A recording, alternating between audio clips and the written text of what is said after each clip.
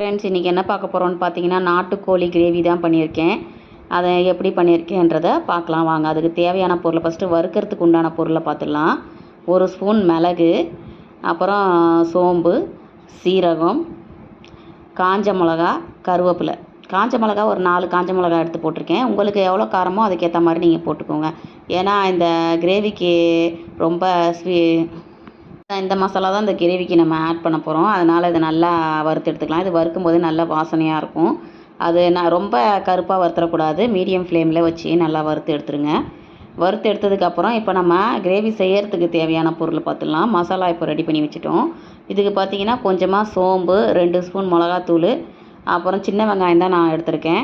அப்புறம் 2 தக்காளி, 1 பச்சை மிளகா, கருவேப்பிலை, பட்டை, லவங்கம், இலை, பிரிஞ்சி இலை எடுத்திருக்கேன். அந்த மசாலா வந்து அரைச்சி ரெடி பண்ணி வச்சுருக்கேன்.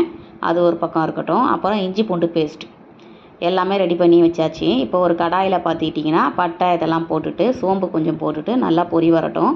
அப்புறம் கருவேப்பிலை, பச்சை மிளகா கொஞ்சம் சேர்த்துக்கோங்க. அது நல்லா பொரியட்டும். பொரிஞ்சதுக்கு அப்புறமா சின்ன வெங்காயம் போட்டு நல்லா வதக்குங்க. சின்ன வெங்காயம் போடும்போது கொஞ்சமாக உப்பு போட்டு வதக்குங்க. சீக்கிரமாக வதங்கிடும். சின்ன வெங்காயம் வந்து நல்லா வதங்கணும். நல்லா வதங்கினதுக்கு அப்புறமா தான் நம்ம அடுத்து வந்து இஞ்சி பூண்டு பேஸ்ட்டு சேர்க்கணும். இஞ்சி பூண்டு பேஸ்ட்டு சேர்த்துட்டு அதை நல்லா இஞ்சி பூண்டு வாசம் நல்லா போகிற அளவுக்கு நல்லா வதக்கி விட்டுருங்க. அதுக்கப்புறம் நம்ம தக்காளி வச்சுருக்கோம் இல்லையா, அதை அது கூட சேர்த்துருங்க. தக்காளியை சேர்த்துட்டு நல்லா வதக்கி விடுங்க. தக்காளி நல்லா பேஸ்ட்டு மாதிரி ஆகிடும். ஆனதுக்கு அப்புறமா சிக்கனை எடுத்து போடுங்க. நாட்டுக்கோழி தான் நான் வாங்கியிருக்கேன். அதனால் நாட்டுக்கோழி எடுத்து போட்டு நல்லா பிரட்டி விட்டு கொஞ்சம் மூடி வச்சுடுங்க.